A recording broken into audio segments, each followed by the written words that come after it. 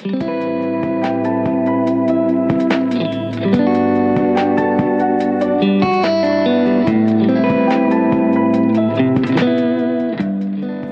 everyone, welcome to episode 13 of Tatami Room, The Jet Experience, Part 1. This is your host Martin.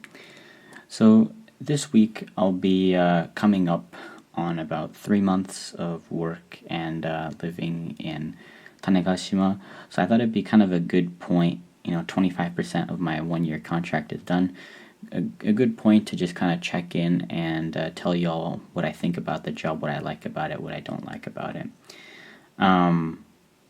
This is different than the episode I did a couple weeks ago where I kind of shared advice if you're coming into the JET program. In this episode, I kind of wanted to talk more about my experiences regarding like this specific position in Nishinomote.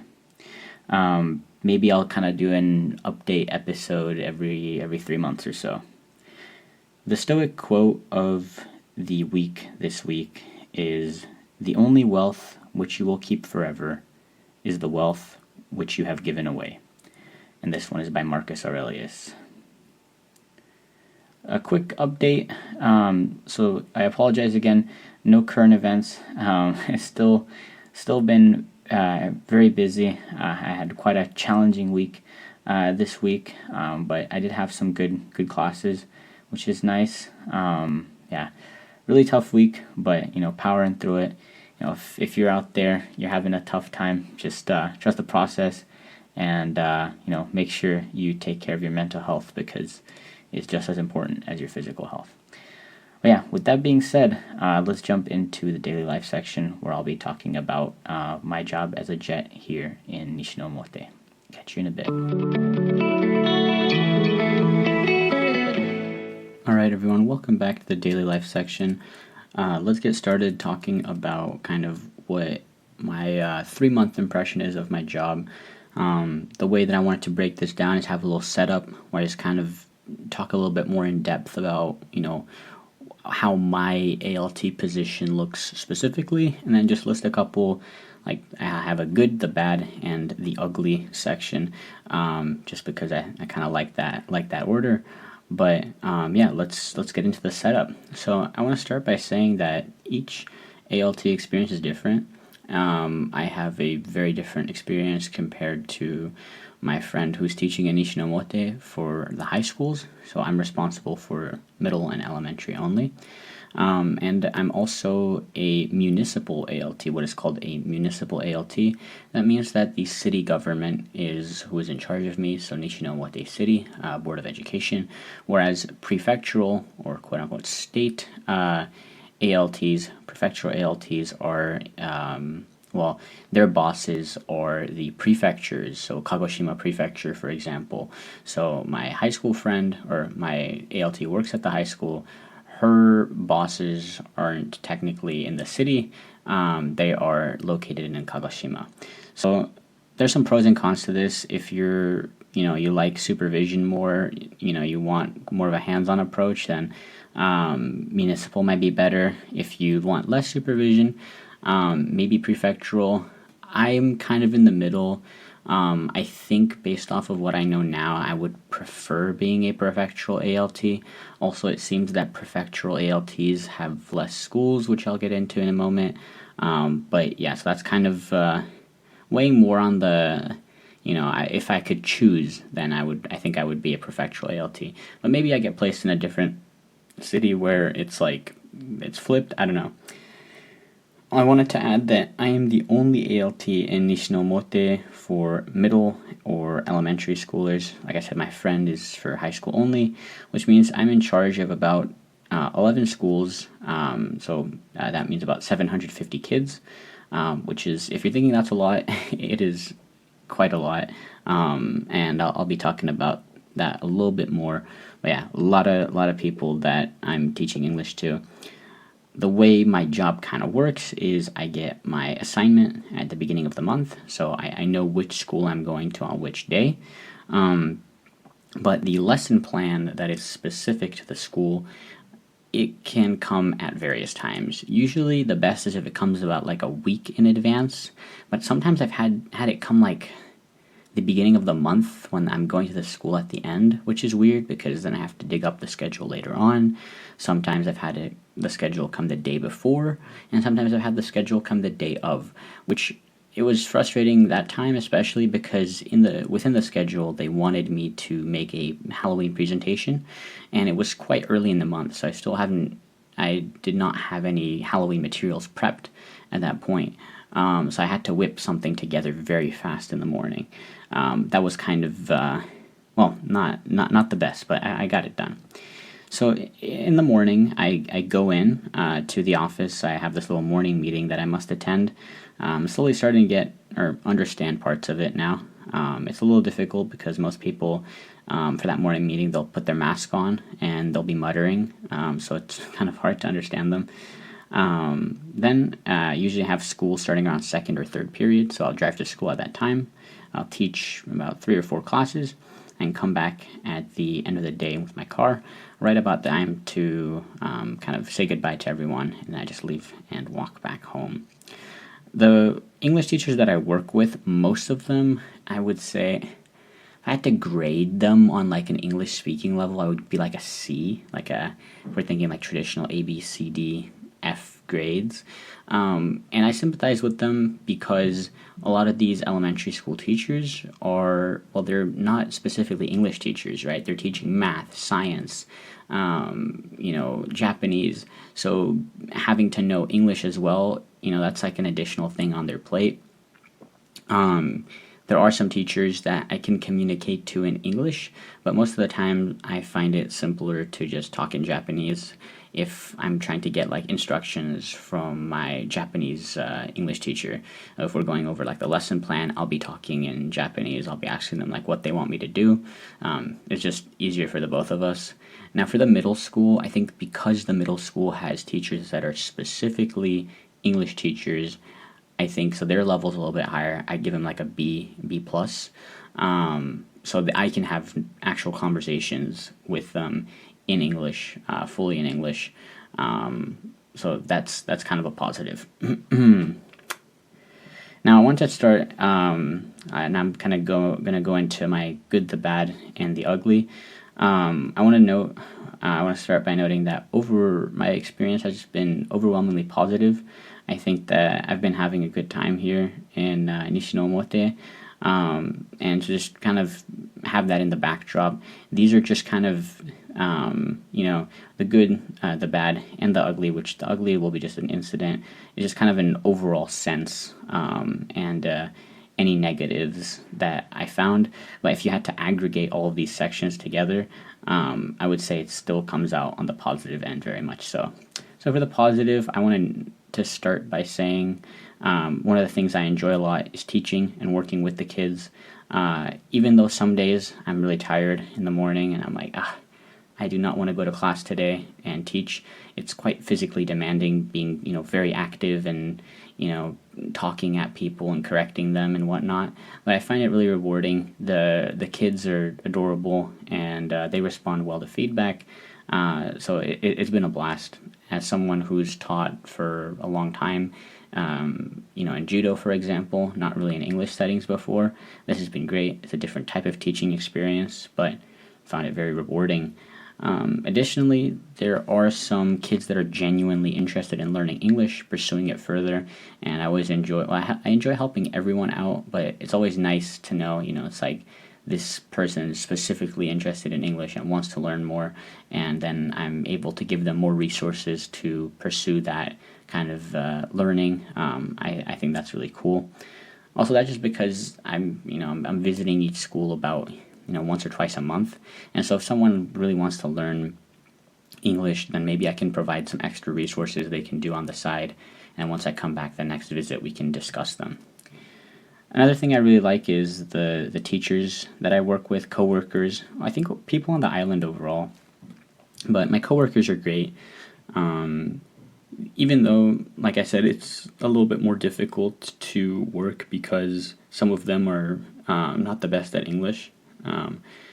I think everyone has been really nice so far. They're quite appreciative of what I do, and it's always a blast. Like I've never had with coworkers. There's been a teacher or two that that gets on my mind occasionally, but I think that's just with anyone you work with. I work with teachers from 11 schools, so there's a lot of teachers that I work with, and like I said, overwhelmingly very positive. It's been good fun. I always enjoy teaching with them. Everyone has a unique teaching style, so it's always fresh, and I'm really happy to just kind of fit into their lecture and help them out as best as I can. So I've really enjoyed doing that teaching, but also teaching in a collaborative manner. I like collaboration, and it's been good fun. I even have gone on to play some futsal with some of the teachers. We try to go once or twice a month. Only been once, just because some scheduling conflicts, but hopefully I get to go again.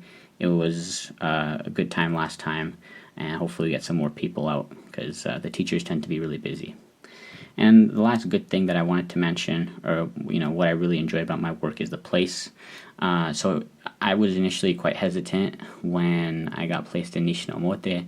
I'm like, okay, well, I don't mind countryside, but this is like out there, out there. But over time, I've gotten to really like the island. It's great. If you want to picture it in your head, think of like a Hawaii, but with less people and a less touristy and more homey vibe. So I think that's just all upside. Just if you compare it to Hawaii, it just beats it straight up. It's also cheaper, so that's great as well. I really like the island. I'm sort of getting used to this island lifestyle. This is tropical island life, literally, and so I've been having a good time with that. It's also the island and the people on the island. Specifically, the people have been very nice. Just like the teachers, I've been able to make some really cool connections here. An older matronly grandma I talked to, or I've befriended, always messages me now online about like certain cultural events or matsuris, which is really great. And she's like, "Hey Martin, are you coming like this weekend? We have a festival going on." And it's hard to find out about these festivals. They're not really like advertised, so it's nice to have someone who kind of knows the ins and outs of the place, and they're always helping me out, which is awesome. I think I've heard from a couple ALTs, if you're in the city, say you're placed in Tokyo, then it's a little bit harder to make those genuine connections because you're just going to be one of many, foreigners in the city. And even though here on the island, people aren't necessarily friendly to me because I'm a foreigner, but they really try or they have welcomed me into this, smaller community. Whereas in Tokyo, it's like, it's a larger community, so it's not as tight knit. And then here, I really feel like I get to be an active member. Being an active member also means I run into my students a lot, which sometimes it's fun. I'm like, hey, how are you doing? Other times I'm like, oh, I need some alone time. I'm just trying to run down to the kombini and get my bento, my lunch. But yeah, so overwhelmingly, great experience. Now on to some bad things or some negative things about my work specifically. I've kind of hinted at this coming up, but I'm not the biggest fan of the setup. It would be quite ideal to have less schools. So less schools means I get to spend more time per person, get to know each class's English level better tailor lessons to them. But having 11 schools, my job is quite difficult. It's difficult to do it well. It's fun.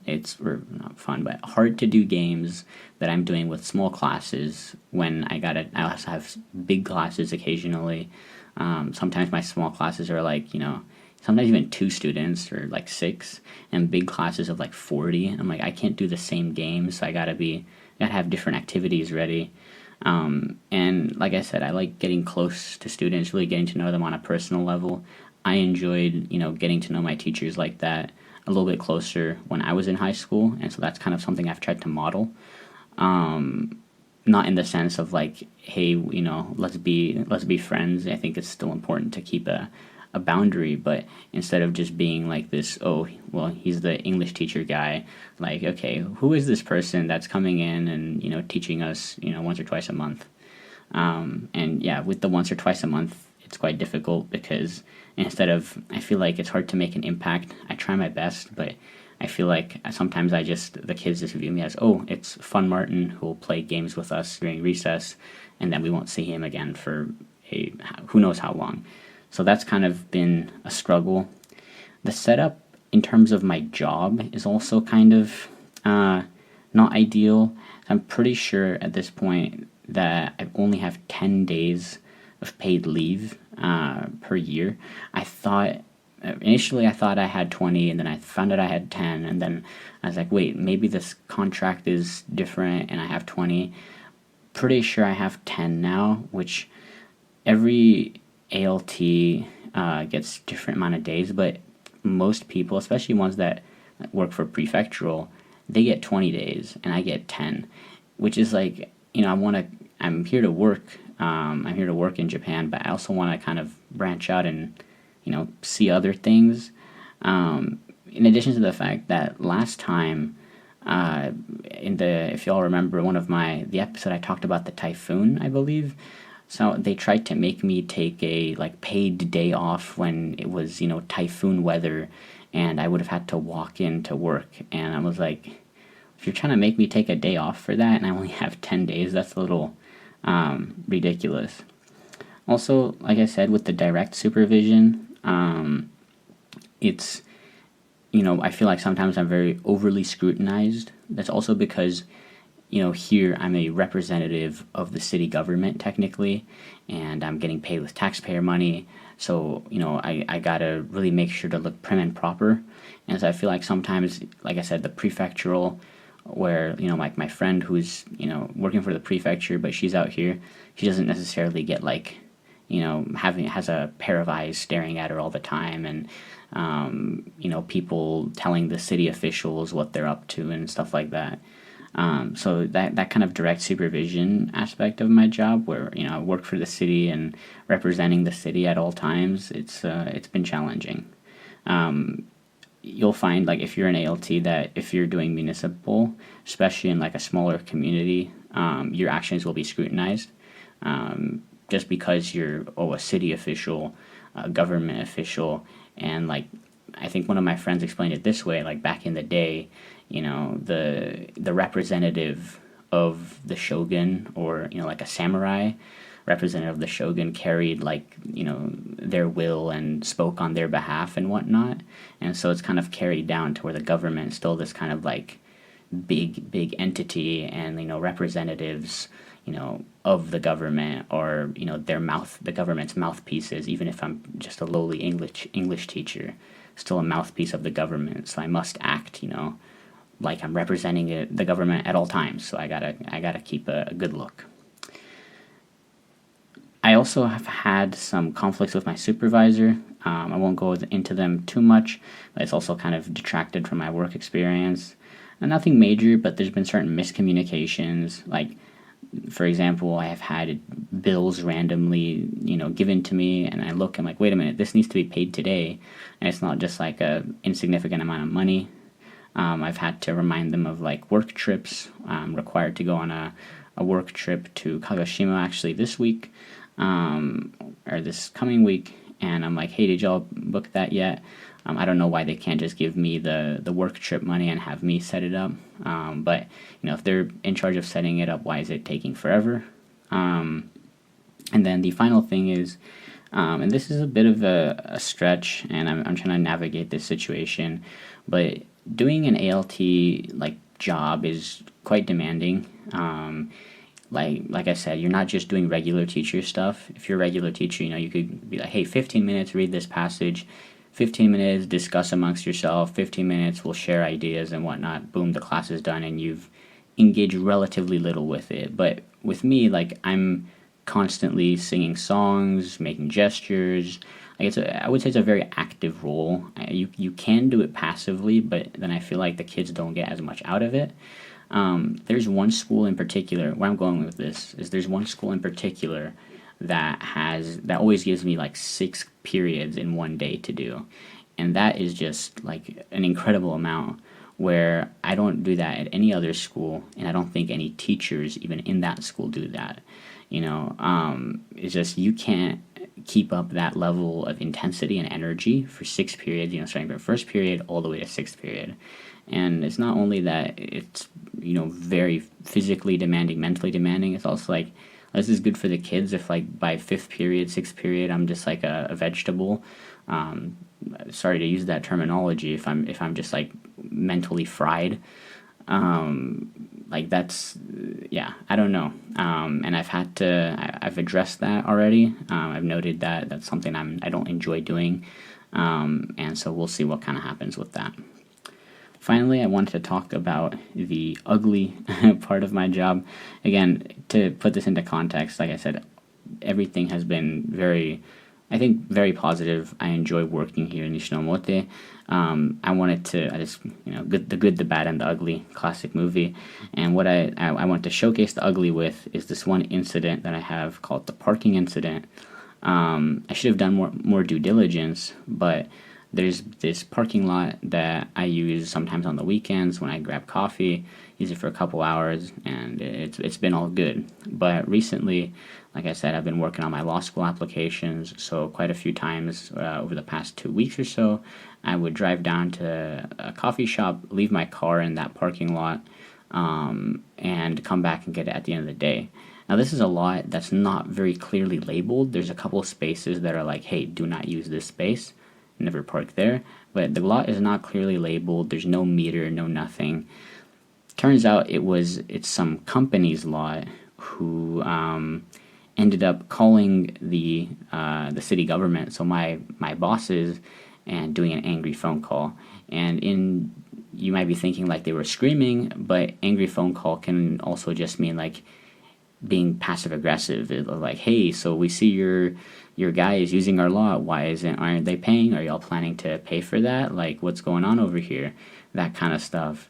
And then that got to trickle down all the way to my supervisor, calls a meeting with me, and let's just say that they did not do a good job of like conveying the situation.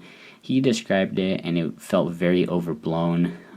He was mentioning stuff about the police getting arrested, having my car towed, and I'm freaking out because I'm like, there's no way I'm going to lose my job over a parking violation, right?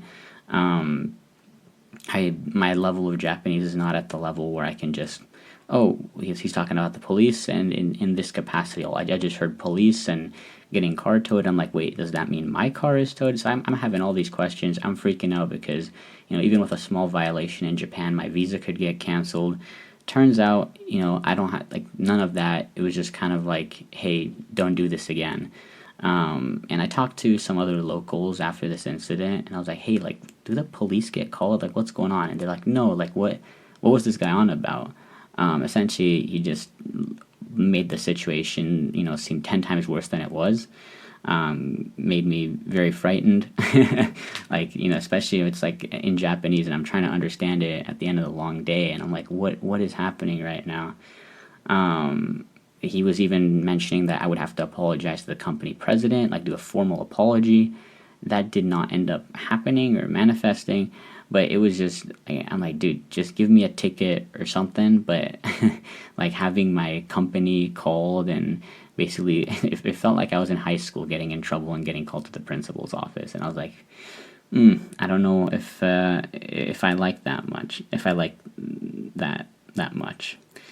Overall, I think the city hall is where I've had the most issues. When I'm at work with teachers and at schools, it's great. And what I mean by the city hall having issues, like I said, that's nothing major, but it's just kind of a vibe I get. I don't need a gold star for my work, but I think people want to work in an environment where they feel that their work is valued. And sometimes it doesn't come across that way when I'm working at the city hall.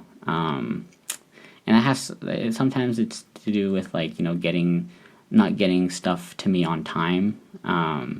I just, it doesn't, you don't feel respected as much, and I'm not like, oh, give me my respect, and I don't care. But I just want to feel like, if I'm putting in, 110%, I'm working all day every day, it's like, hey, just give me like a nod. Apparently, my predecessors also have kind of an impact or influence how they treat and handle me, and so I don't know if I had good predecessors or bad predecessors that kind of dragged it one way or another, but maybe that has something to do with it as well. So that's kind of the ugly part, just what sums it up by one sort of incident, this parking lot incident that I felt like could have been handled a lot better. It got overblown, and I was like, oh my gosh, what is happening? And in the end, it was just like, okay, just don't park there again. I'm like, my bad, I got it. Any case, like I said, I started off with the good because I felt like, the good parts of my job really outweigh any negatives. And any negatives that I do have aren't like, I would say, deal breakers. They're more just like, well, this isn't ideal. And I feel like any job is going to have such things. But I just wanted to kind of share with you all some of kind of what is happening in my job, and kind of give you all a closer look, and just really honest and straight up of like, hey, this is something that I'm not a fan of. So hopefully that came across, and you'll appreciate that little insider information. But now, with that being said, let's cut to the outro. Hello everyone, thank you for making it this far to the episode. Let's proceed with the outro.